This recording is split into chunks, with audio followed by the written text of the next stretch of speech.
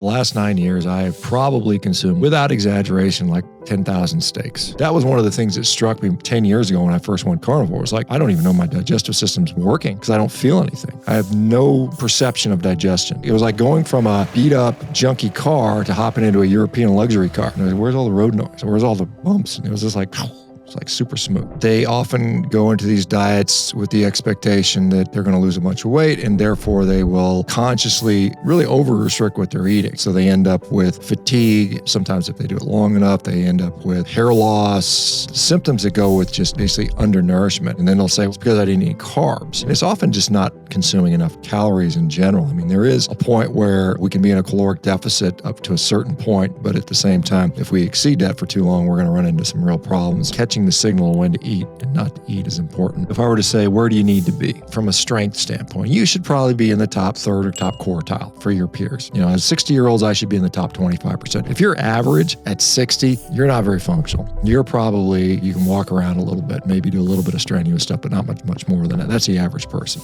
I don't think that's quite good enough. Shawn, when you see somebody transitioning to either a low-carb, keto, carnivore diet, what are the biggest mistakes you see them making? Yeah, so I think that one, they often go into these diets with the expectation that they're going to lose a bunch of weight, and therefore they will consciously really over-restrict what they're eating. And so they end up with fatigue. They end up with, sometimes if they do it long enough, they end up with hair loss, symptoms that go with just basically undernourishment or not providing enough energy. And then they'll say, well, it's because I didn't eat carbs. And then they'll hear, well, you need to eat carbs for your thyroid, or you need to eat carbs for your testosterone or your gut or whatever it might be. And it's often just not consuming enough calories in general. I mean, there is a point where, we can be in a caloric deficit up to a certain point kind of safely, but at the same time, if we exceed that for too long, we're going to run into some real problems. The other thing is sort of just not focusing on good food. I mean, a lot of people see this is a diet. This is very restrictive. I'm going to eat food that I don't like, and not realizing that there is a plethora, even within the carnivore spectrum of food, of things you can eat that are quite, interesting to eat, and I think can be quite enjoyable. It requires a little bit of effort and skill sometimes to do that, and learning those skills. I think that some people might go into this, perhaps, I don't know, for reasons that may not be appropriate, quite honestly. I think that some of the other things, not educating themselves around what's likely to happen to them physiologically. So when something changes, they're not prepared for that. This is one of the things, like I said, I've got a healthcare company, Revero, where we literally have licensed physicians, showing people what to expect and how to manage that. So there are going to be some sort of transitions. And if you know what to expect and you know why things are happening, you're more likely to be able to stick with something. The other thing is not employing, things that are going to make you more likely to be successful. Having a supportive environment is incredibly important. Setting yourself up for success rather than failure is going to be very important. So we know that people that are in supportive environments, at least based on the data that I collected over several years, about 30% more likely to be successful. Having a supportive physician, having supportive friends and family,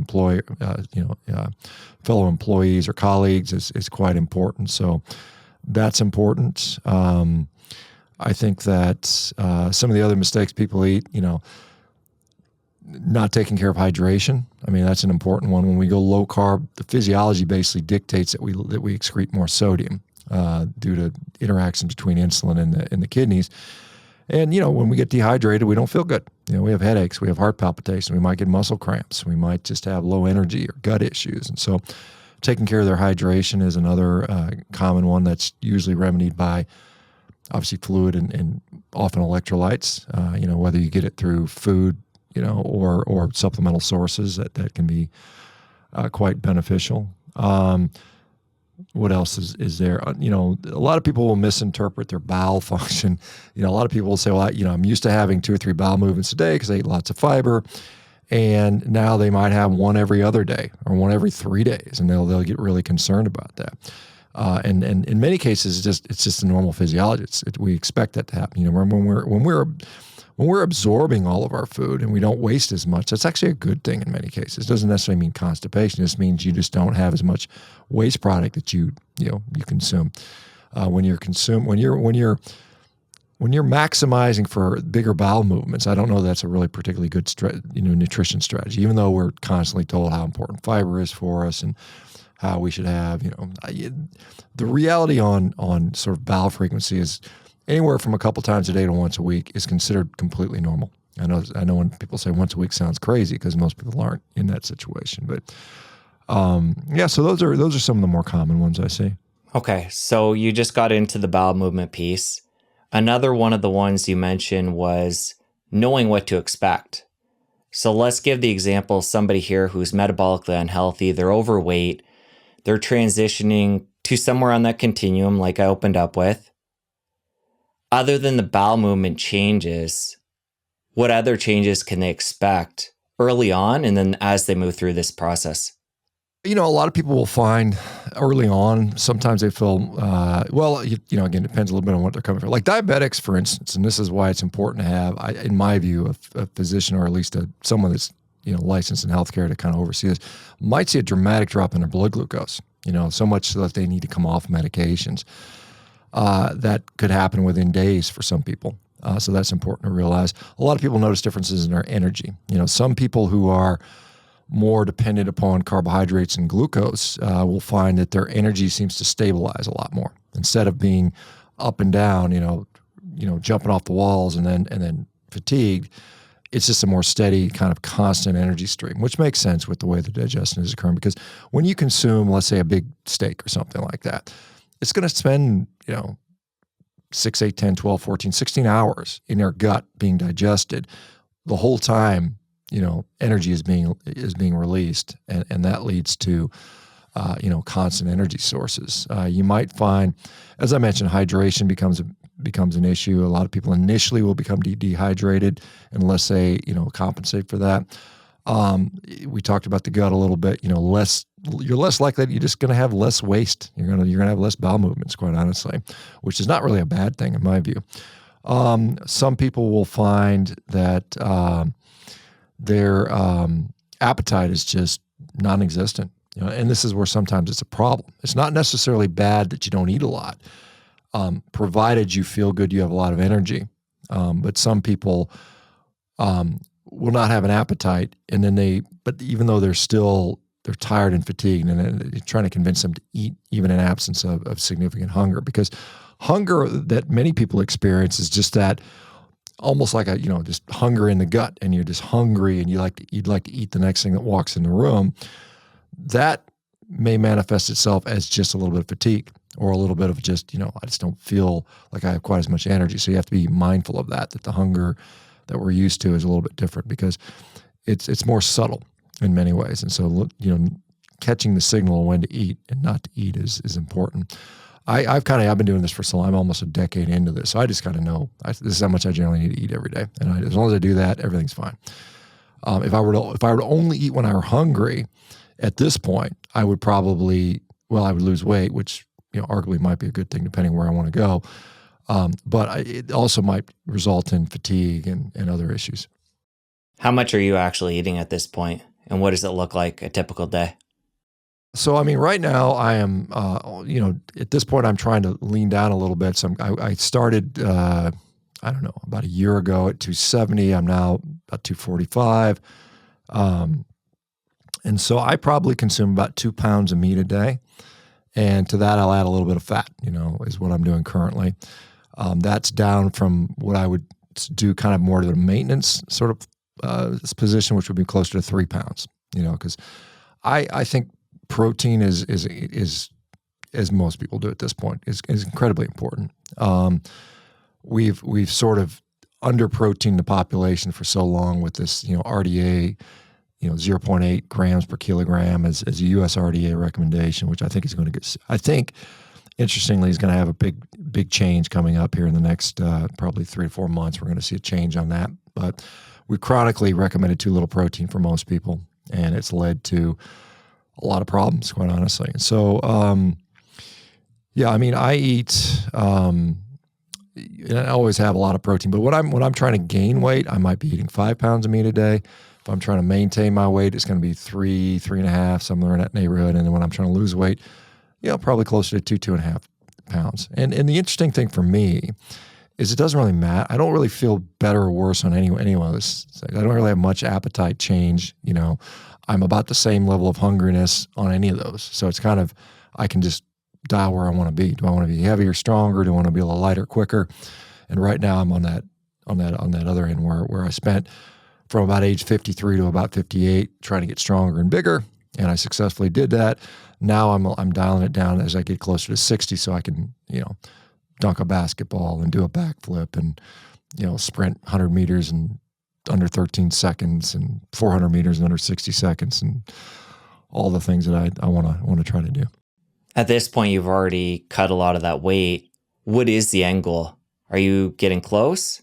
Well, the end goal is based on performance, right? So I'm going to, like I said, I mean, pure physics dictates that, if you're, when you're running a sprint, the lighter guy is going to usually go faster than the heavier guy, assuming, other things are equal. So, I mean, there's going to be a threshold point where, Noah Lyles won the Olympic gold medal. He weighs 150 pounds. He doesn't weigh 250. There's a very good reason for that. So, I mean, it's like, so it's all dependent upon outcome, performance metric. I'm not so concerned about aesthetics and things like that. I mean, obviously I don't want to be obese, but I mean, I just want to be able to perform well. And so this is going to be, and so I suspect, based on where I am now and what the goals I want to hit, it's probably going to look like around 10 pounds more. I'd say something like that would be my guess. We'll see when we get there, and then, I'll probably change as goals change later. I just have these performance goals that I'm very much driven by athleticism. And it's kind of interesting because I get a lot of people that will say that, well, just because you're physically performing well athletically, that doesn't mean you're healthy. And I would strongly counter that. I said absolutely it does. I mean, you by definition have to be relatively healthy, particularly at this age, to do those things. And I include musculoskeletal health in that because, I look at it as, you can talk about heart and lungs, which are obviously incredibly important, but guess what happens? If you got a car with the nicest engine in the world in it, but it's got flat tires, it ain't going anywhere. And that engine's going to seize up and rust anyway. So you got to maintain this chassis, the 4 limbs in our back in good health. And the diet does play a role in that. People tell me about, well, you could do this on any diet, but I can tell you that I've done all kinds of diets in my life and I don't feel as good from a musculoskeletal standpoint. And the fact that my knees don't hurt and my back doesn't hurt, my shoulders don't hurt at almost 60 years of age is, not that kind. You see a lot of people that struggle with that. And I don't struggle with that like I did in my 40s, where I was just kind of somewhat at a point where I was accepting this gradual decline because I saw everybody around. As an orthopedic surgeon, I saw all day, every day in my office, people come with rotator cuff issues and knee arthritis and back pain and hip pain. And, it's easy to think that is just normal aging. And that's what I was instructed. That's how I was trained as a surgeon. But when you really look at it, it's like, wait a minute, if you just change your diet, maybe your knee's not going to hurt as much. And I see that every day. And so when your knee doesn't hurt as much, guess what? Now you can go play harder, right? You can play more. And when you can play more, your heart and lungs work better, right? So it all builds on itself. So by what you just shared there, as an overall diet, carnivore is serving you for performance. But if you were, say, leading up to an event or doing a sprint or a heavy lift, have you played around with introducing carbs one-off and then any boost in performance from that?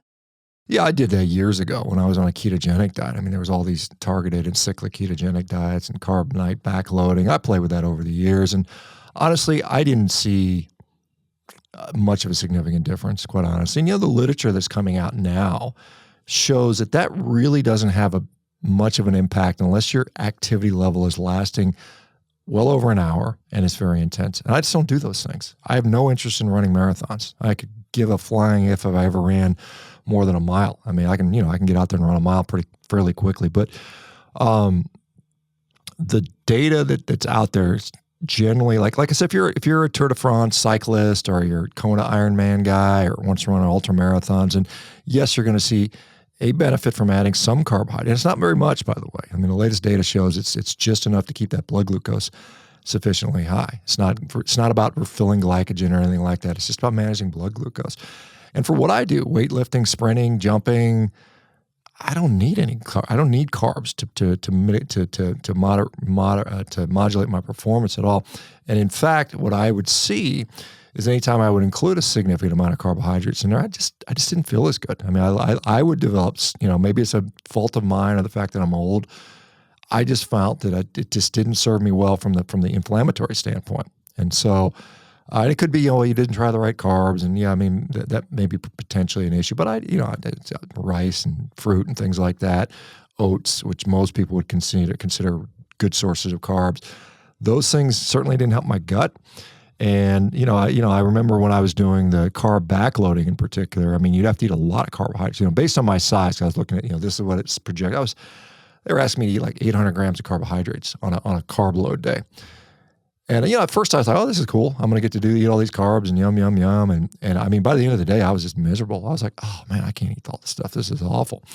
And again, I tried a lot of different variations where I would do targeted stuff where I just have a little bit around workouts. And it never resulted in any significant performance advantage. So I saw no benefit to that for me. Maybe it's because I was 50 when I was doing it instead of 22. And, again, that's maybe my 22-year-old self, which I did eat. I ate carbs when I was a young kid, for sure. And I performed well until I was unable to. So that's just the way it is. Performance aside, I know you did this one experiment within the last couple of years where you ate a bunch of apples. And this was a week long. I think you were getting around 100 grams of carbs a day. This was to influence your lipid panel. So talk about that period and what changes you noticed. Yeah, so there is this, some of you guys may be familiar with my friend Nick Norwitz, who's been looking at this so-called lipid energy model. And, the lipid energy model postulates that if you are relatively lean and you're on a low-carb diet, that your cholesterol will rise in an effort to basically meet the energy demands. Your liver is going to traffic more energy in the form of fat rather than carbs because you just don't have the glucose available to you. And the way to reverse that is by eating carbohydrates. And he's demonstrated quite nicely that if he ate 100 grams of carbohydrates, and he did it with Oreo cookies as just a joke, basically, because it's the most outrageous thing he could think of. Eat a bunch of Oreo cookies, watch my cholesterol went from 500 to 200 or some 300-point drop or something like that. I think he had like a 380-point drop or something like that in 2 weeks of eating cookies every day. So I was like, well, I don't want to necessarily do a bunch of Oreo cookies, but I'll eat some fruit. I don't mind that.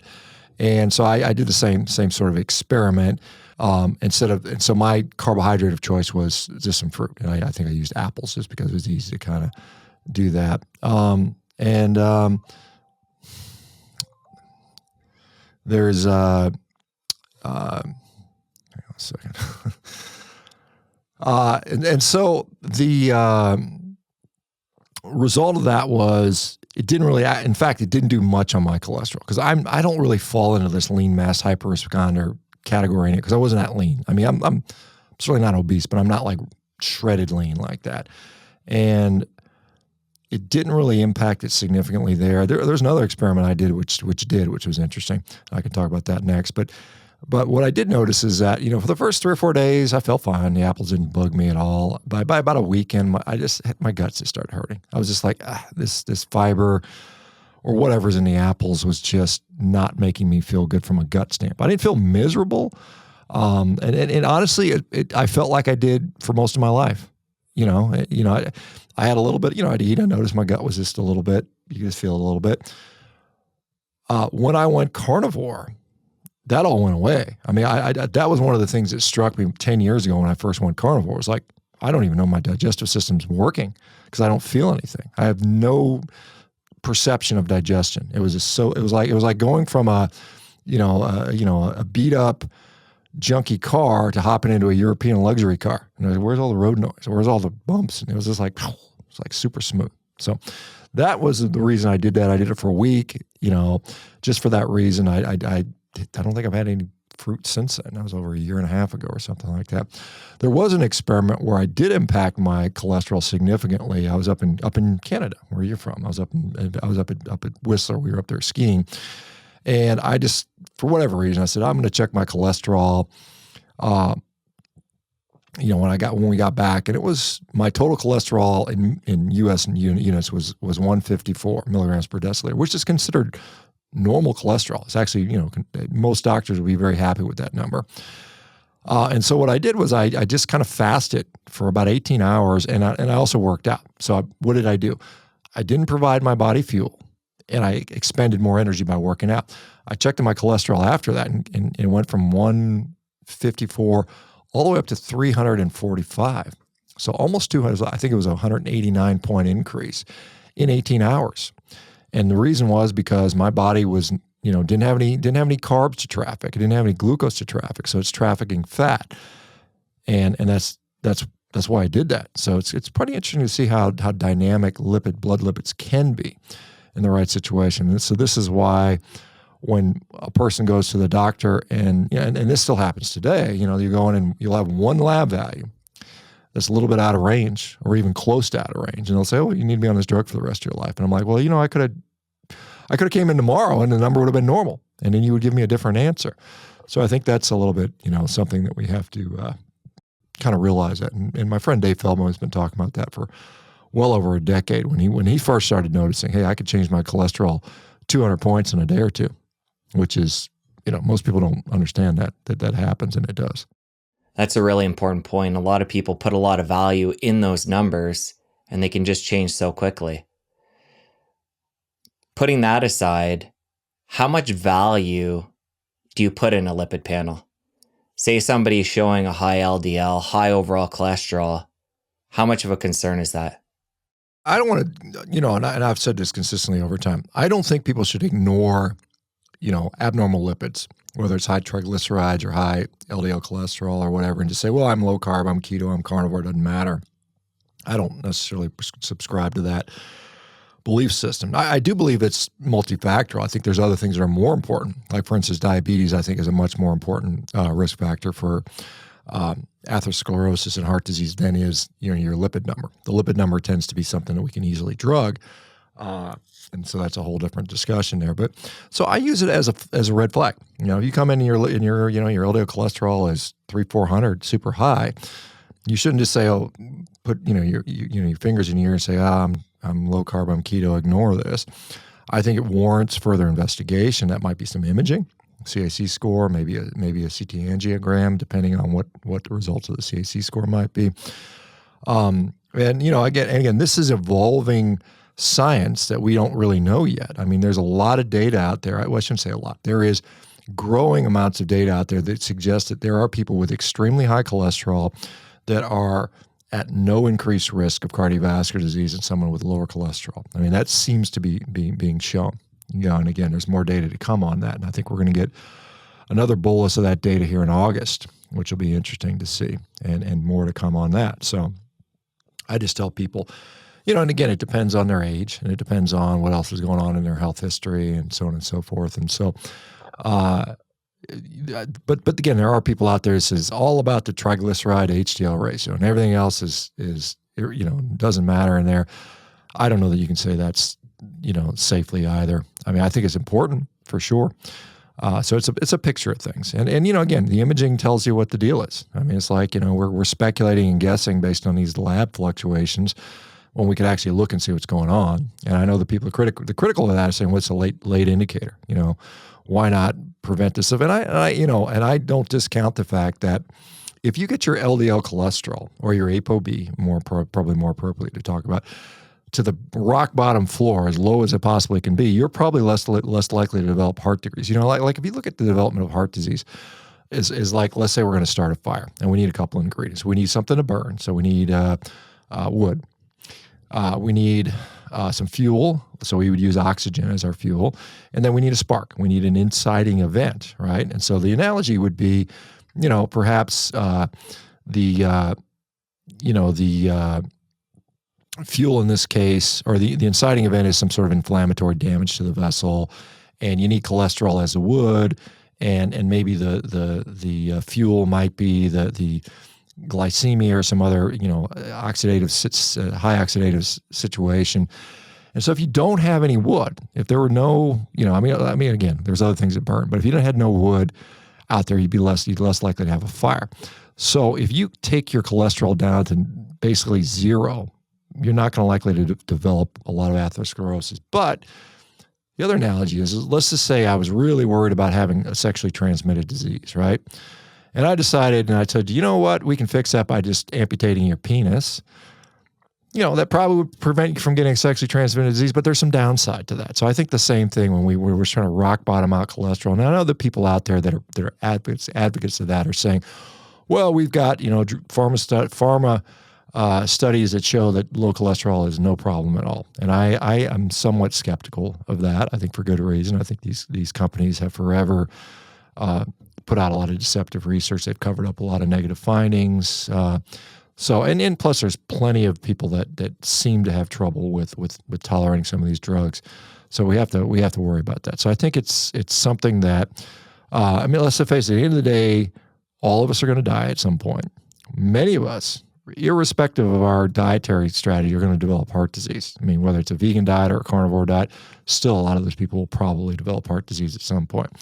It's just, you got to die something. It's like, if you live long enough, you're going to probably die of whatever. Many of them are going to get heart disease. So I tend to more focus on the here and now, and because I think a lot of it's just speculative, and I think it's to the point where I don't know that we will ever truly know for any given individual what the exact thing is. But we can take people that are sick and suffering and make that no longer so. I can take a person with severe autoimmune disease and likely improve them significantly, often just by lifestyle factors, diet, exercise, sleep, some of these other things, with or without drugs, and hopefully in many cases without the drugs, because the drugs often can come with a big downside, whether it's just, even if it's just a cost, the outrageous cost that many of these drugs are, but also the many, many side effects that are well known. You mentioned this new data we're going to get in August. Where is that coming from? Yeah, it's going to be coming from Matt Budoff's group out of UCLA. It's the same thing Dave Feldman has been looking at. They did their 1 year analysis, and they're running it through the various different what's the word I'm looking for?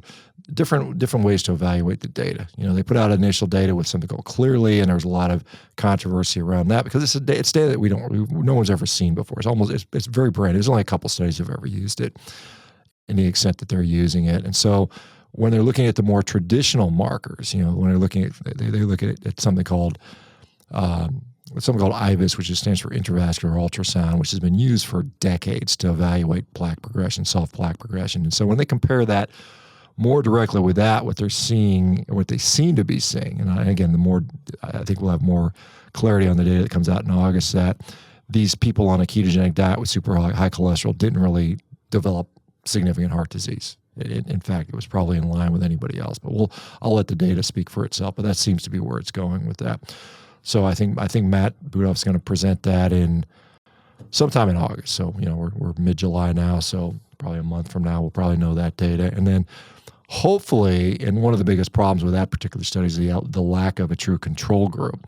And that will be because we're looking at historical averages and saying, what are average people in this age range with these risk factors? How fast do they develop plaque? And so they don't have a direct comparison. So I think that's going to be the follow-on study, if I'm correct from talking to the authors on that. So again, this data is evolving over time. I think we're going to know, in the next 3 years, certainly, more on this stuff, and it gives me more confidence as a clinician when I talk to people about this stuff that say this is what the data shows today. Because we've been so long practicing population-based medicine on disparate populations. If I say, we got all this great data on females, and then you're a man, and so we've had that argument made by the other way around. All this data is on men, and when we look at women, we're finding very different results. And so I think when you have all this data on people eating a standard Western diet, high carb, high grain-based diet, And then you put somebody who doesn't eat that way, completely different, in a completely different physiologic state, ketosis versus not ketosis. I think you have a lot of different outcome things that don't necessarily mean pathology. It may just be normal for that situation. And there's a whole bunch of labs that fall that way. And this is one of the reasons I tend to not fixate on labs as much as some other people do. I think it's, and I think my friend Rob Wolf from the paleo diet guy from years ago basically said, how do you feel? How do you function? How do you look? And I think those are the things that are clinically relevant for most people. Now, again, it's not to say that some people that look good, feel good, and perform good don't get sick. But again, that is the vast, vast minority. It's kind of like when people point out, well, there was a smoker who smoked 3 packs a day and lived to 100. Yeah, but that's the exception. And it's the same thing the other way. Every once in a while, some super fit person will die early, and they'll say, oh, well, look, But you would say, well, how many overweight couch potatoes died early in that same time frame? And it's 10,000 to 1. I mean, it's just not even close. So, I mean, it's to me, it's more about what's subjectively and clinically more important than any particular lab test for most things. All right. So it's obvious for you when you're judging how you're doing health-wise, a big part of it is your performance. You've just talked about the fact that lab tests aren't as important to you, but we know you've done at least these couple of experiments where you've looked at lab values.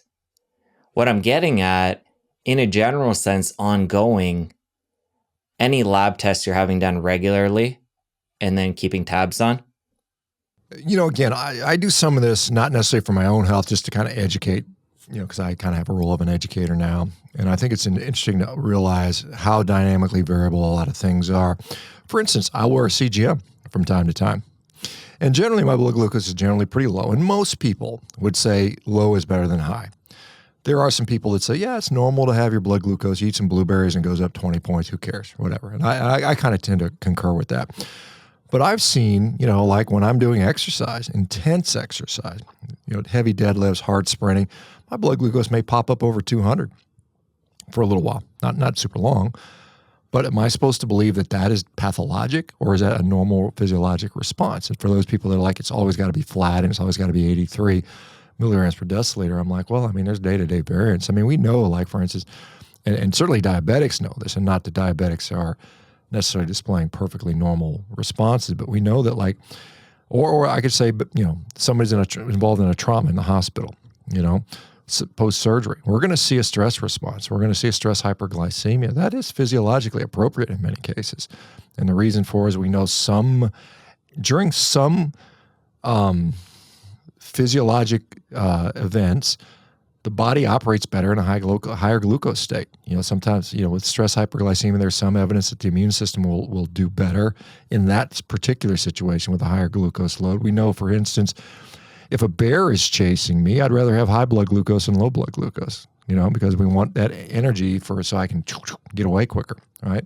And so, like, for instance, when we go back to performance, like whenever I'm doing hard events, my blood glucose goes high because I produce it. I have plenty. I don't struggle because I'm not consuming a bunch of carbohydrates. I can still make it on demand because I'm so physiologically adapt to that over time.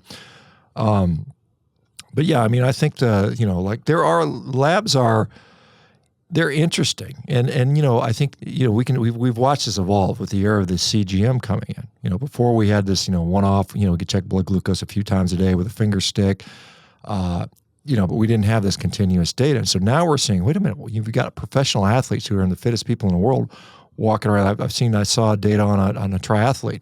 He spent 4 hours with a blood glucose over 400. Is that pathologic? Is it normal in that situation? We don't know. I mean, we're learning all these things. And the same thing as we get continuous ketone monitors, and we'll have continuous triglyceride monitors and insulin monitors and everything else. So we're learning all, we started, things like HRV when they came in, people can monitor these things all the time. And so we're seeing these things that we once assumed to mean this to turn out, no, it doesn't mean this. It depends on what's going on, throughout the day that affect these things. So I think we're going to have a significant, exponential growth in our data from all these people uploading their data to know what it actually means. Is it actually healthy, unhealthy? What it correlates to? Is it dependent upon this? And so my supposition is it's just going to have so many things impact these things. And so to go into a doctor's office once a year and get your blood test and assume every number in there is just what it always is completely, it's infantile to think that way. And so I think we have to get beyond that, and we have to really put things in context. And again, it probably comes down to, hey, how do you feel? I know it's as subjective and hard to measure as it is for some people. It's probably the more important question. Have you ever played around with one of those continuous ketone monitors or done finger pricks? And then under that, are ketones important for you when it comes to brain health, performance? It's interesting. There's a lot of research going out there that ketosis, the act of being in ketosis, has tremendous benefit for mental health. There's a wealth of data coming out there. Chris Ballmer, George Eade, and Jan Bazuki at the Metabolic Minds, I don't know what their institute or whatever they're calling it, are doing tremendous work in that regard. So I do think, and in and around cancer, there's some other sort of compelling data out there. I think ketosis is a beneficial state for a lot of reasons. I think how you get there is important too. I don't think just chugging a bunch of MCT oil or exogenous ketones is equivalent to, what it takes to produce it endogenously. So I think there's some differences in that. I check mine from time to time. Every once I've got monitors out the wazoo because people have sent me stuff over the years just because I have a big social media platform. Here, try this, try that. So I've got them stacked up. So every once in a while I get, let's try this and see what's happening. I personally don't ever typically see really high ketones on myself. I can, if I were to fast for a day or two and I could direct it now, but that's not how I normally live. I normally live, I eat every day, I work out. And part of that, and I think this is part of the thing, and in our company, Revero, we use ketones, we check ketones all the time. And I do think there's importance there. But at the end of the day, we have to realize that, when we're measuring ketones, whether it be in the blood, urine, or breath, it is generally a product of a couple things. How much ketones are you producing, but also how much are you utilizing? If you get more efficient at utilizing ketones from your brain, from your heart, from your muscles, you're just not going to display as much ketones sitting around. It's because we're very effective at using it. So, and we saw that. I think some of the Verta Health data that came out years ago when they first started looking at people that they were convinced on ketogenic diets, and Volek and Finney came out with this arbitrary diagnosis for nutritional ketosis. It was 0.5 millimolar. And they've come back and said, well, maybe it's like 0.3, because all of our data is showing these people with time, they get more efficient. And with the same exact inputs, now they're showing lower ketones. So I do think we just get better at utilizing them. So I don't really, again, I think it can be helpful, a useful tool early on. But I think if you're just always chasing ketones, unless you're maybe epileptic or you're, want a real high glucose ketone index for cancer or something like that, I think for the average person, because you can gain weight while producing ketones, and you can lose weight with not producing ketones. It's not the only thing that matters there. So I get less excited about that. But I think the continuous ketone monitor, which now exists, probably produces some interesting results, and again, it probably produces a lot of anxiety if your only metric is how high are my ketones, because you'd be like, oh my God, what did I do? I better not sleep because my ketones will be too low or something. I don't know, some craziness that comes in there. You got to keep the goal. I think that's important. What is your goal? My goal is not to produce as high ketones as possible. My goal is to be healthy, lose weight, whatever, put my diabetes in remission, no longer have depression, something like that. So again, we have to realize we don't get lost, lose a forest for the trees. It sounds like you haven't played with them yet, the continuous ketone monitors. Is that true? No, I have not played with that. I've used just the standard typically blood ketone measures. That utilization piece, really interesting and important. Over time, how our body is likely getting better at using those as fuel, and we might not see as many when we're testing. You, somebody that's been doing this for 10 years now, you mentioned now you're not producing that many ketones, but is that a trend you saw? I'm not wasting as many. I think I'm still producing ketones. I just probably utilize them very rapidly as I produce them. Yeah. But when it comes to testing, the early days versus now, did you notice that trend where in the early days you were producing more? I never really tested in the early days, so I can't say from me personally, but I do see it all the time, very frequently. I see people, they'll start out, 2 weeks in, they're producing high ketones, and then 6 months later, like, oh, my ketones are only 0.2, 0.3. What am I doing wrong? I'm like, well, how do you feel? I feel great. Well, don't worry about it. All right. I mean, that's what I see. All right, I want to come back to your diet. Right now, you're in a unique phase where you're cutting weight, having about 2 pounds of meat a day. I often see you on social media with a big steak in front of you. How much of the diet, that 2 pounds of meat right now, is beef? Oh, pretty much all of it. Yeah, I mean, I'm about as close to over the last, I don't know, gosh, I'm in my 9th year of this. And so over the last 9 years, I've probably consumed, without exaggeration, like 10,000 steaks. I mean, I'm just not even exaggerating. That is a real number, because I would eat 3, sometimes 4 a day, 365 days a year for 9 years. That's about 10,000. So, yeah, I mean, it's all, I very rarely eat anything other than beef. I mean, like I said, like we talked about, I will have some eggs from time to time. I'll have a little bit of dairy from time to time. Every once in a while, I'll have some seafood. Every once in a while, I'll have, pork or something like that. But that's pretty much the diet for the most part. I don't eat a lot of chicken. Most people that go carnivore, chicken just does not have much of an appeal to it. And I think it's just because of the fat content. That's why the American Heart Association promotes things like chicken, because low in saturated fat. And interestingly, I don't know if you've been paying attention to the news. I know that Marty Macri, the head of the FDA, just announced that, in conjunction with Kennedy, at the HHS, and Brooke Rollins, the USDA secretary, are saying, hey, we're going to relook at saturated fat. And I think the new dietary guidelines that will come out in about 2 or 3 months are going to say that saturated fat in the context of whole unprocessed food like meat, milk, eggs, and so on and so forth is not an item of concern.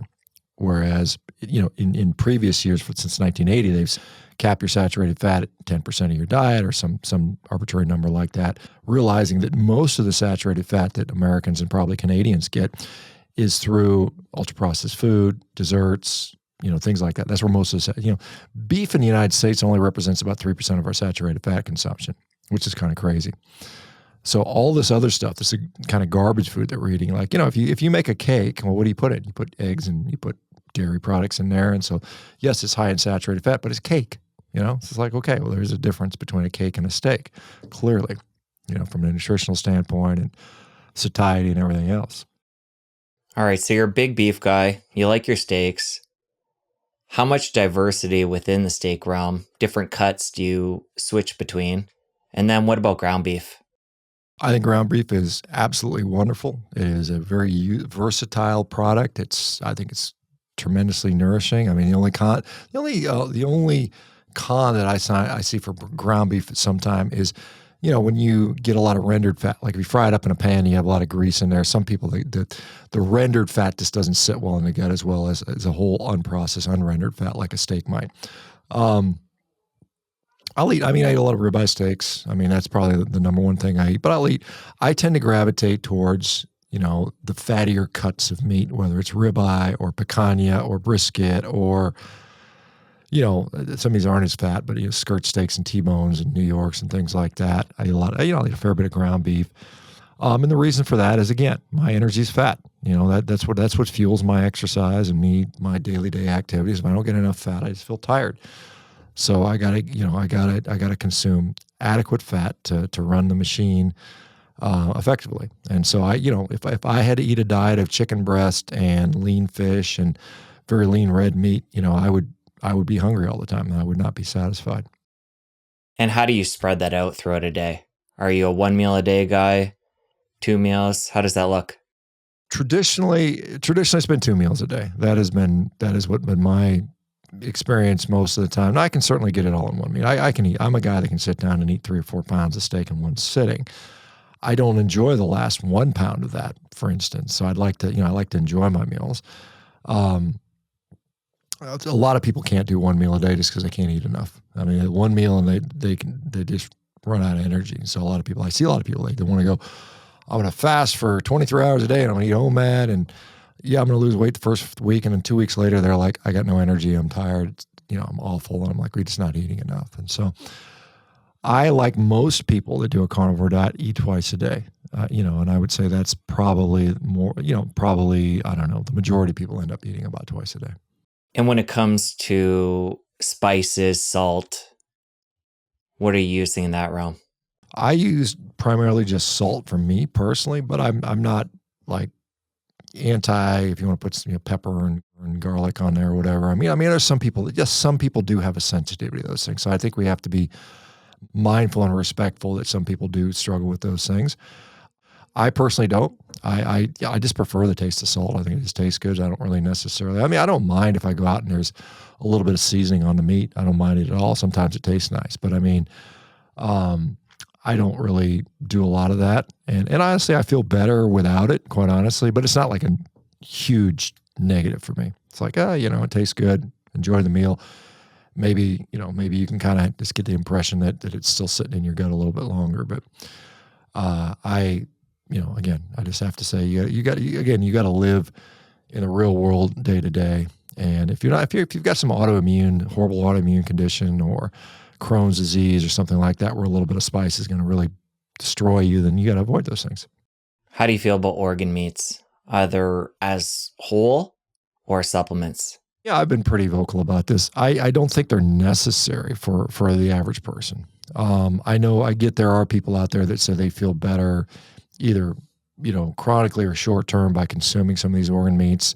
I just don't think they're not particularly palatable. And so again, I'm not going to eat a diet I don't enjoy. I mean, there's no long-term sustainability in eating something you don't like every day. And I've tried many, many cuts of organ meats over the years. I've eaten probably more than most have. As far as trying the different varieties, I've had them cooked by professional chefs, and I'm just like, at best I could say it wasn't awful. I don't seek them out. I don't crave them. I don't espouse that you must consume this certain amount. I think it's interesting. Early on in the carnivore movement, there were some people that were, pretty significant influencers that were saying that these are the greatest things and most important things, and you got to eat this. And when you go back and look at the people that originally started this, I'm talking years before I ever was in the picture. These people that have been talking about this stuff for 20, 30, 40 years, they all said, hey, look, organ meats aren't necessary. And many of the people that sort of promote that have now moved on. They started their carnivore thing and now they've moved on to something else. And maybe they made a lot of money selling organ supplements. I generally think for most people, it's kind of a waste.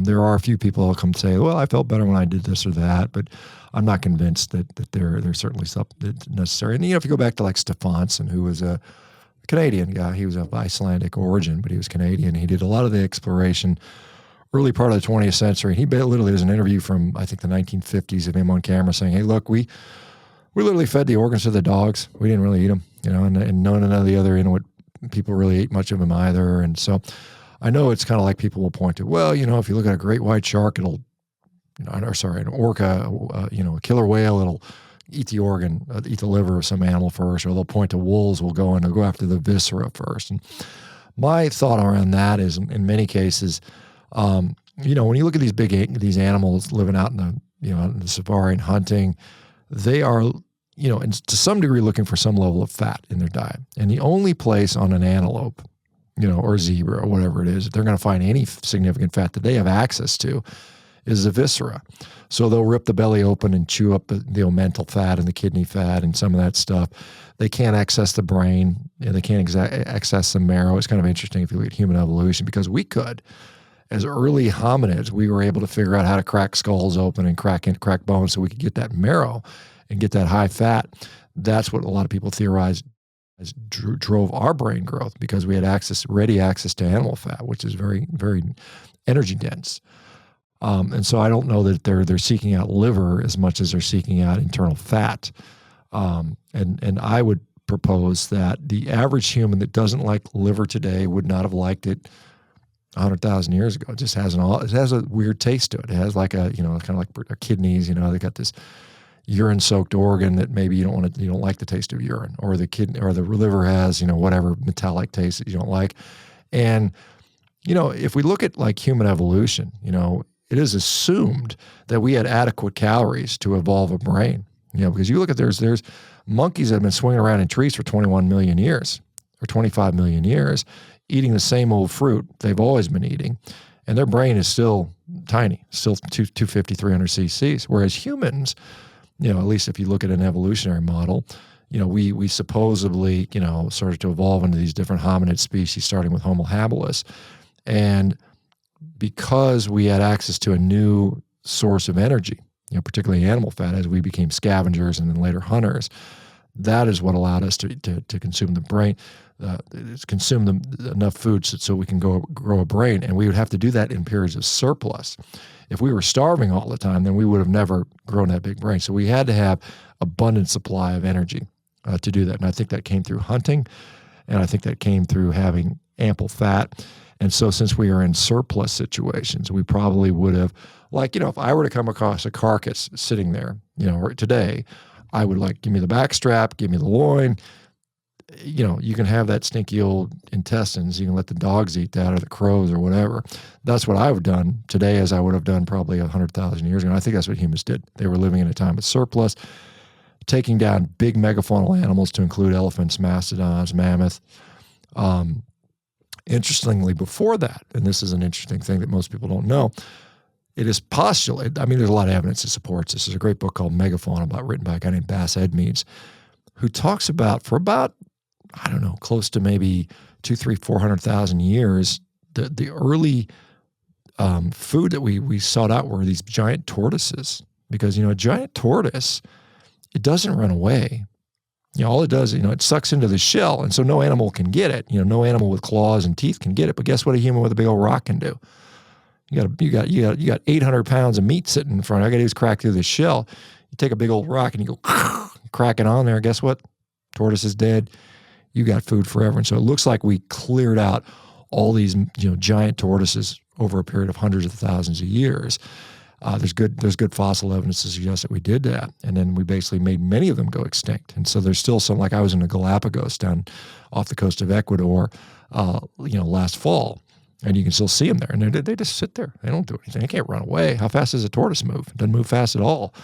And, they suck their head into the thing. You just go and bash it with a rock, and you got food for a couple of weeks. Interesting. I'd never heard that. Makes sense, though. Yeah, it's interesting. Yeah, I like that.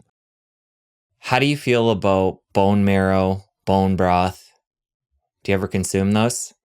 Yeah, I do. More so than, I can't say I consume a lot. If marrow's on a menu at a restaurant, I almost always get it because it tastes delicious. And, you can put it on top of your steak and mix it and make a marrow butter. Bone broth, I think is fine. There's some good things there. Because I'm not a guy that likes a lot of hot drinks. That's how most people consider it. Sip it like a soup or as a coffee type of thing. I never drank coffee. I never drank tea. I just don't like hot drinks, so I just don't drink it. But I think it's fine. You can have that, and I think it's quite nourishing. It could be a good supplement to the diet for those people that like to sip on hot stuff, like you guys in Canada in the middle of January. Might be a good thing to sip on instead of hot cocoa or something. So yeah, it's great. All right, so you just mentioned no coffee, no tea. You're not a hot drink guy. You did emphasize hydration early on in the conversation. What does that look like for you? It looks like a lot of water, primarily. It's, I go, what does every other animal on the planet Earth drink? Exclusively water. Well, I would say mammals will drink milk for a period of time when they're developing. But yeah, so I pretty much just drink a lot of water. Sometimes I'll, sparkling water. Sometimes there'll be those little flavored, non-sugar flavored things occasionally like that. Sometimes I'll add an electrolyte drink, powder to water, stuff like that. But it's mostly just water. All right, let's talk about dairy. I believe early on you mentioned cheese. So dairy's not totally off the menu for you. But what percentage would that make up, and what different varieties? For me personally, dairy represents, 2% of my diet, and more of it, yeah, butter, cheese, ghee. Sometimes I'll use some liquid dairy like cream, like if I'm making an ice cream or something like that I might have from time to time. I think that, in my own personal life, dairy, I know if I consume a lot of it, it's a net negative in a couple ways. But I tolerate pretty well. There are people out there clearly that dairy is not is not good for them. They struggle with that. So I think that, for many people, Dairy proteins tend to be, well, let me put it a couple ways. What is the purpose of dairy? The purpose of dairy is to make things get bigger, right? To grow things. That is the whole purpose of dairy. So dairy is good at that. I mean, if you needed to gain weight or size, I mean, dairy would be a good advantage for you to have. It is very easy to overconsume dairy because it has some of these, people talk about the casomorphones, these kind of morphine-like peptides which are in dairy. And these things, kind of stimulate you to consume them in high quantities. It's for good reason because, you want a calf or a baby human to drink lots of milk so that it can grow. So it has this reinforcing qualities that allow us to, in many cases, overconsume. So liquid dairy for many people, if you're too thin, then yeah, that's a good way to gain weight. But if you're overweight, consuming liquid dairy in the form of milks and creams and things like that is going to be a problem. And then also, fat versus the protein. Dairy protein is high quality. There's no doubt it. Whey protein is incredibly, it's a very easily utilizable thing, and it's great for, whey protein has been used as a weightlifting supplement, bodybuilding supplement for decades with good result for most people. However, the proteins can be something that a lot of people react to, whether it's the caseins, whether it's the whey, whether it's, the different subtypes, A1, A2 is what a lot of people have talked about. Those things tend to be more problematic, and so therefore dairy fat, in isolated things like butter, ghee, maybe even cream, some people tolerate that better. But again, the downside of that is if they overconsume it, and they overconsume fat, then they put on excess body weight. And then again, anytime we have excess body fat, up to a point, it's a net negative. I mean, fat, excess body fat is inflammatory. We know that. I mean, these inflammatory adipokines that are secreted by the fat lead to, downstream general inflammation, whether it's arthritis, gut inflammation, brain inflammation. So having excess body fat is a problem. And if you consume too much excess fat, even on the context of a carnivore diet, you're going to have problems. You mentioned whey there. Is that something you'll ever have to make a simple shake or anything like that? I mean, I consumed a ton of whey throughout my life. I mean, over the years. I mean, at this point, given that I consume a massive amount of protein just normally from day to day, it's unnecessary for me. I mean, I can see where, people ask me that all the time. Like, hey, what about a whey protein shake? And I tell them, hey, look, it's better than a lot of things. I would rather you get your protein in the form of, a whole unprocessed food just because you get more with that, and I think fat is important. I think that the fat soluble vitamins that come in an egg or come in a ribeye steak are, overall more beneficial than just isolated protein. Now, again, if you have a specific need for a certain amount of protein and you're struggling to get it and it's inconvenient, and I get it, it's not convenient to cook a steak every 6 hours. I mean, for most people, for many people. Now, for me, it's not an issue. I work from home, so I can kind of eat when I want and cook when I want. So yeah, I mean, it's not the worst thing you can do. I mean, because there's this argument about ultra processed foods, and by definition, some whey proteins would fall into that category. Ultra processed foods. I mean, if you look at versus processed foods. I mean, ultra processing often dictates more than 5 ingredients and ingredients that you just don't have on your kitchen counter. I mean, nobody has carrageenan, and no one has polysorbate 80 and mono and diglycerides on their kitchen pantry. At least most people don't. I've never heard of it. I don't know where you can even buy the stuff.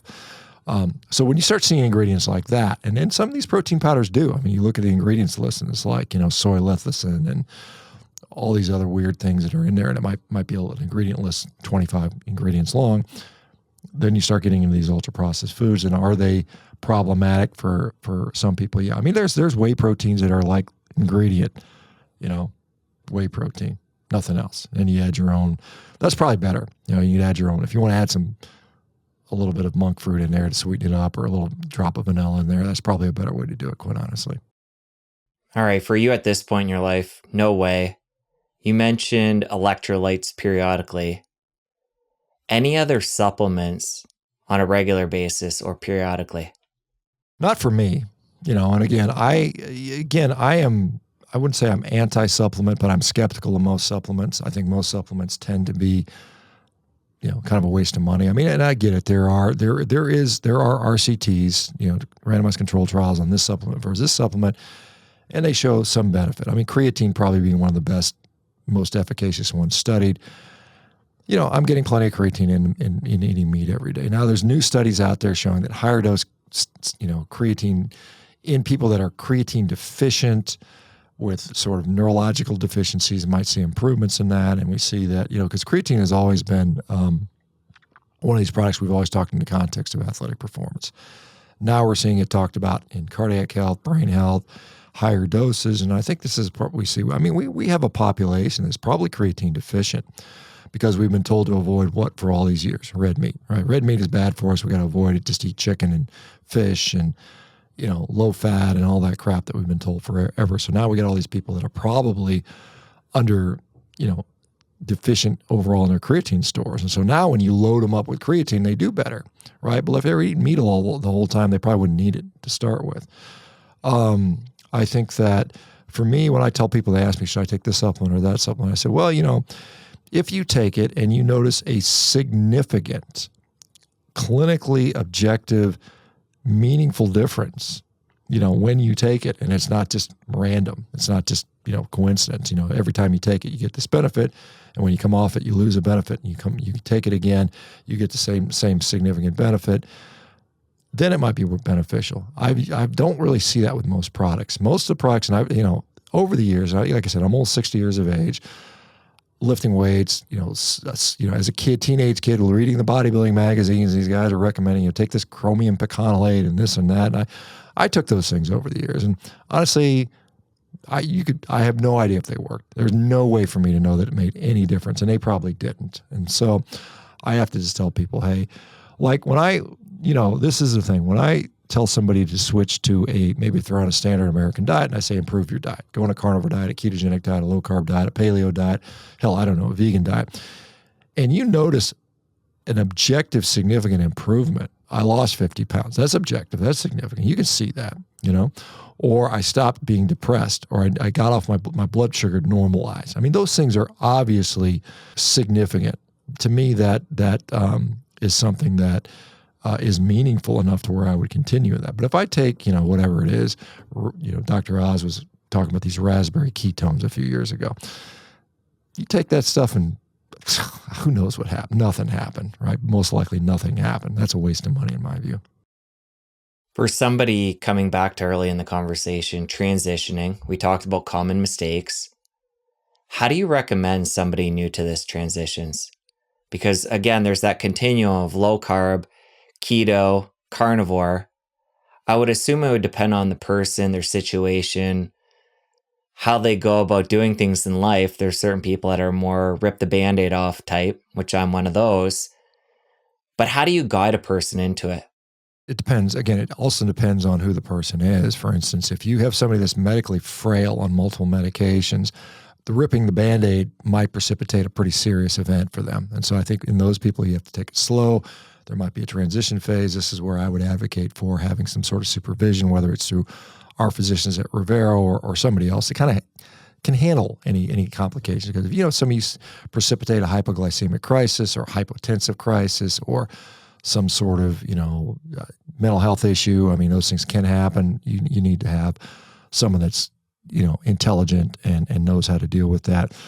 It partly depends on where they're starting. If you got somebody who's just 24 hours a day junk food, high carb diet, they may be somebody you might have to sort of walk down a little bit. Hey, let's just start out by cutting out the sugar and grain and some of the processed foods. And for a lot of people, that's all they need. I mean, I get this criticism all the time. Hey, you don't need to go carnivore. All you need to do is stop eating junk food.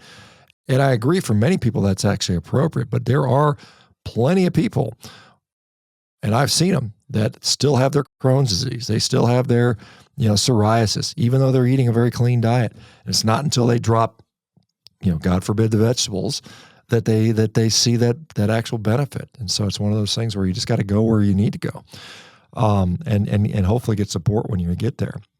So I mean, I think it's and in the book I wrote, The Carnivore Diet, I talk about, hey, you can rip the Band-Aid off. It's like the dad approach, hey kid, sit down, or the mom approach, oh, let me hold your hand and slowly pull it off. And it depends. It depends on who you are and what's going on with you. But there are people where, the rip the Band-Aid approach might be so miserable for them acutely that they just can't stick to it. And likewise, there are people who are literally addicts that, if you allow them, hey, you can just have a little keto cookie once a week, that'll ruin them. They literally, they'll never get past that. And then all of a sudden that keto cookie once a week turns into nothing but keto bombs and treats and desserts and everything in the Costco that has a keto label on it, fair game for them. And they never see results. So yeah, I think it depends on the person a lot. And this is where, I think you need, again, I'll keep plugging our company, Revero. We literally talk to people every day and kind of get a sense of how are you doing today? What's going on there? And you get a sense of people. Some people you can just tell, hey, just go do this. And they do it and they're fine. And other people, you got to hold their hand and, continually offer them strategies and solutions and advice and answer questions for them. And so it really just depends on the person a lot. For somebody that has the mental and physical fortitude to rip the Band-Aid off, go carnivore, say they're metabolically unhealthy, extra weight to lose, because you do work with so many people, how quickly can things start to turn around? Yeah, like I said, it depends on what it is. I did survey data on about 12,000 people on this stat, and we found that, regardless of what they're treating, psoriasis, IBS, IBD, depression, whatever it meant, 3 months was kind of the inflection point where almost all, there's a few that didn't, but almost everybody saw significant improvement by then. Having said that, for a lot of people within days, they'll notice physiological changes within days, as I mentioned before. Maybe their blood glucose normalized, maybe their blood pressure comes down, maybe their sense of satiety or something like that can happen very rapidly. Other people, it takes them a long time. So it just depends on where they're starting with. Again, I would take somebody like, if you have a diabetic rolling in with a hemoglobin A1C of 13 and running blood glucoses in the 300s and 400s, within days they may see their blood glucose under 200 and in the 100s, sometimes even below 100 within days. So it just depends on what aspect you're asking about, what you're dealing with and who you're dealing with. And what's the long tail on this? Somebody like you that's been doing it almost 10 years, coming back to how do you feel, how do you look, how do you perform? Are you still feeling like you're improving at this point, or was there a point along that journey where you just maintained? Yeah, I think that, and I think part of this is, what is the half-life of certain, like some people like to talk about some of these oxidized fats that sort of take up and sort of get incorporated in our membranes. And how long does that take to clear from the body? And there's some evidence that suggests that could take a couple of years, 2, 3, 4 years maybe for some people. I would say that, a lot of people, they'll initially go keto, carnivore, whatever, low carb, and they'll feel great initially.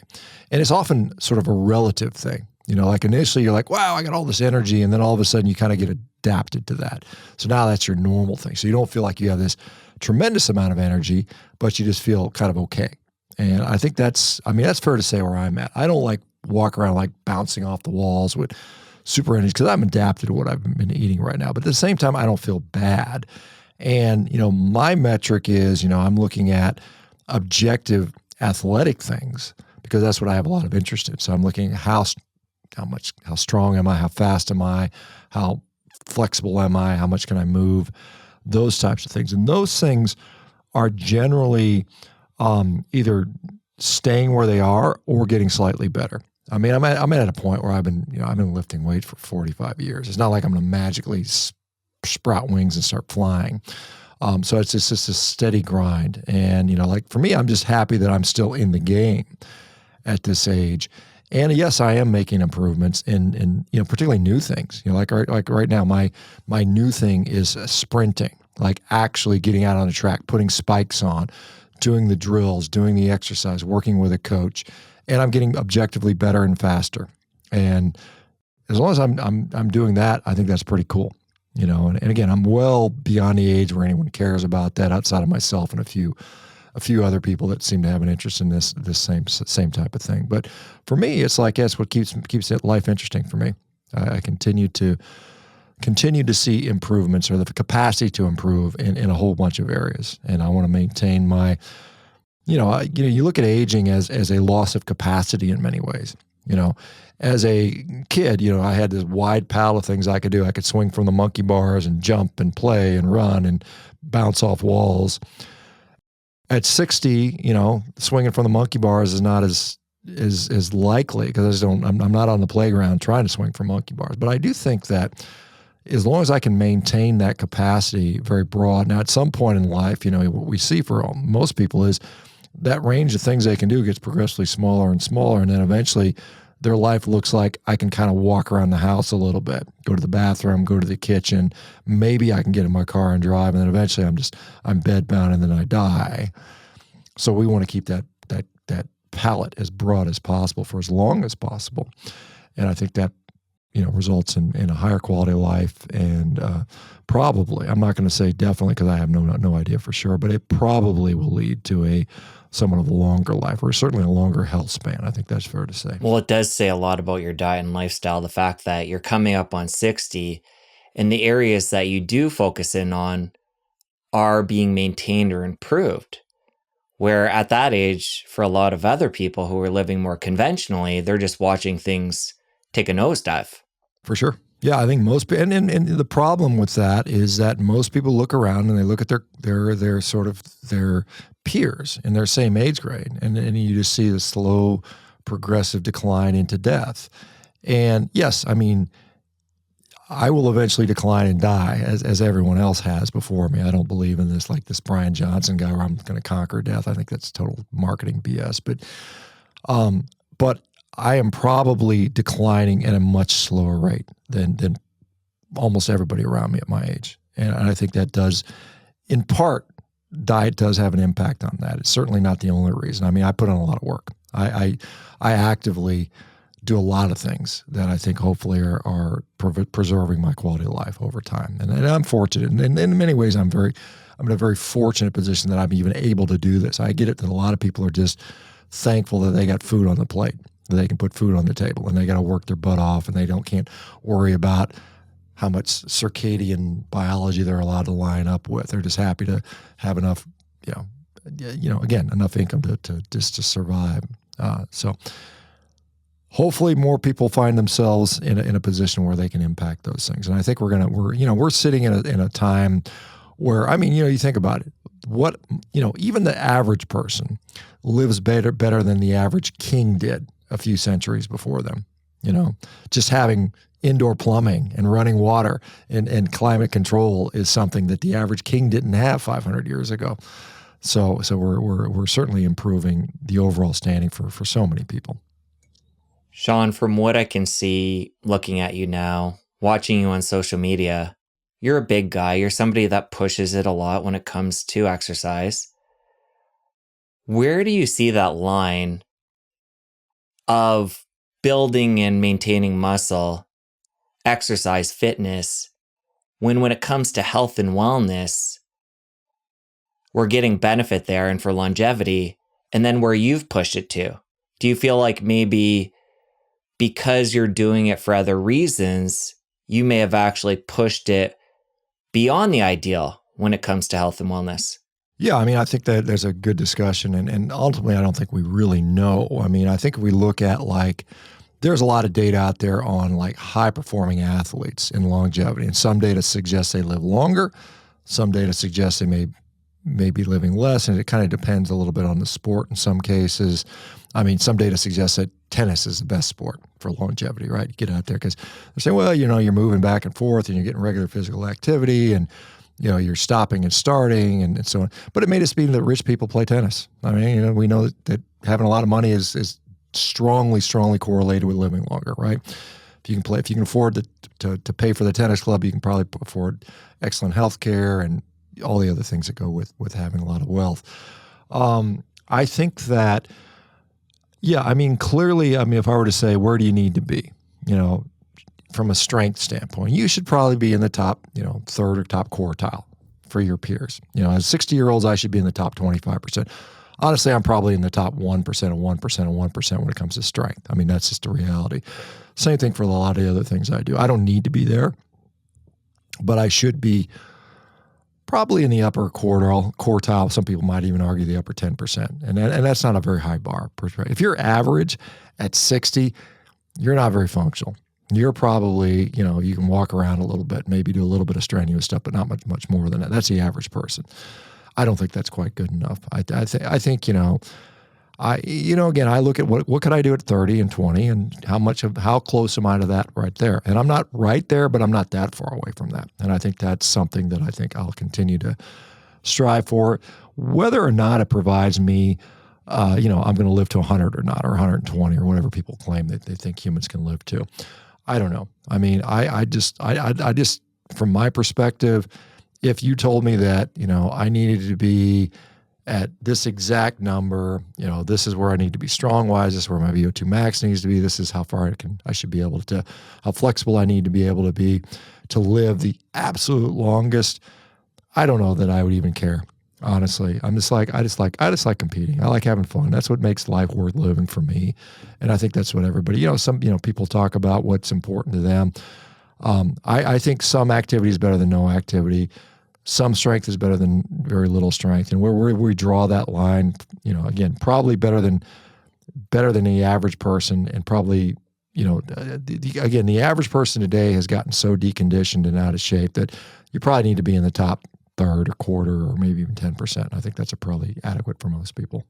And for somebody who's not exercising right now, what would be 2 or 3 exercises if they're going to go for, say, the 80-20 rule and try and get 80% of the benefit from 20% of the input? What exercises would you pick to maintain weight and metabolic health? Yeah, I mean, it depends if you consider walking exercise. And I mean, it depends on where you are. I mean, for someone who's bedridden, walking is a pretty hard, like for instance, my mom's 82. She's staying with me right now. She's here for the end of the summer. And I'll take my dogs for about a 6-lap walk around my house. We got a pretty steep hill. And so it's about a mile. And she's like struggling to get up the hill. And she does 3 laps. I'm like, all right, Mom, this isn't good enough for you, because she's my mom. And I'm like, hey, we got to get you to 4 and 5 and 6 and hopefully 10 laps. And so for her, walking is exercise. For me, walking, it's like when people say they play golf for exercise. And I'm like, if I ever get to the point where golf is exercise, just shoot me, because I'm not in very good shape. Right? I'm sort of being a little bit kidding about that. But I mean, if you're 100 years old and you can play 18 holes and you can walk the course, that's probably pretty good for you. So partly it depends on it. So getting out walking, and you can make it more challenging. Put a little weight vest on. Now you're rucking, so to speak, right? You're getting out there and putting a little exercise. I think that if I were to what muscle groups are real important, and interestingly enough, the glutes. Our gluteal muscles. We got these big old butt cheeks on us, right? Why do we have that? It keeps us upright, right? And when you start seeing people and their glutes get real flabby and soft and they turn into this little pancake butt, like these old guys that they can't keep their jeans up because they got nothing back there, that's directly impacts our ability to stay upright. If you look at if you look at your dog and you say, let me check out my dog's glutes. They don't got any. They do have gluteal muscles, but they're tiny. And why is that? Because they don't have to stand upright, And this is what keeps us upright. And keeping us upright and ambulating, our glute muscles are incredibly important. So, I mean, what exercise builds the glutes? Squats do, kettlebell swings do, deadlifts do. I mean, things like that. So I would focus on lower extremity muscles, particularly the gluteal muscles and the proximal thighs and quads. I mean, those things are what the proximal muscles, I should say, thighs and quads, as opposed to the distal stuff. Those are the things that are important to power our independence and ambulation. Because once you stop walking and being able to walk easily, you're gonna decline very quickly. Okay. For the person who has tuned into this point, they're going to adopt more quality meat into their diet after this, move down that continuum, either low carb, keto, or carnivore, but they're still going to have some plants, either short term or long term. What things do we want to make sure we're avoiding in that camp outside of the meat, if we're going to include some of that, to make sure we're not having a downstream effect on all this new meat and healthy foods that we're including? It's interesting. My friend David Ludwig, who's a PhD, world famous nutritional researcher out of Harvard, and he's talked about, that maybe in the context of certain other background foods that meat is a net negative, and it's just maybe context dependent. I don't discount that. I mean, it's like if you're consuming, again, ultra-processed standard Western diet, junk food, multi-ingredients, refined carbohydrates, refined grains, those are probably clearly problematic. Now, can you get away with eating a diet that includes meat and some simple unprocessed plant foods, fruits, vegetables, so on and so forth? And I think, and this is my prediction, I may be wrong here, that what we're going to see out of the new U.S. dietary guidelines is they're going to stop with the heavy criticism of saturated fat in the context of red meat, eggs, butter, milk and things like that. But they're going to continue to push for whole unprocessed foods to include meats and, eggs and butter, but also fruits, vegetables and things like that. And maybe unrefined grains. And so they're going to say, well, let's push away from that. I think that's reasonable for most people. Don't start eating a lot of ultra-refined foods, ultra-refined grains, sugars, and things like that. Maybe even the so-called dreaded seed oils that is very controversial. And there's a lot of people that are certainly anti-seed oil. And I think, I don't consume them because the foods that they are presented in are complete garbage food generally. It's all this ultra-processed food where we see all this soybean oil and corn oil and canola oil. And as a Canadian, canola oil is one of your larger exports, the rapeseed and stuff like that. So I think that, if you could get away with adding in a little bit of whole unprocessed, plant food, then that's probably fine. And again, you got to be objective about what it does to you. If it leads to, gut issues or downstream issues from the gut issues like joint pain or autoimmune flares or skin issues or mental health issues, and you got to be cognizant of that and dial those things back in. All right, last question. We've gone over what to eat, what to avoid. Within the what to eat category, how important is food quality? Things like grass-finished, organic. For you and for others, how do you look at that? Well, I think that first of all, the labeling on that stuff is very deceptive. I mean, I don't know how it is in Canada, but in the U.S., just because something says grass finished or something says organic or something says natural or whatever else, you have to realize that there's a lot of deception in there. So you don't even know what you're getting. I would say that, when it comes to things like, let's say, for instance, beef, and I'm a big advocate of beef, I eat a lot of it. I don't know that having grass-finished beef versus, beef that's finished another way. And I get a lot of people complaining about this answer, but it's just a reality. I've got no real financial gain either way, one way. In fact, I probably have more financial gain if I just stuck with saying everybody should be eating only grass-finished beef, and that were my answer. But the answer is, and the reality is, based on my data that I've seen, based on the data I've seen from Harvard, that when it comes to mitigating disease or reversing disease, it doesn't seem to matter that much.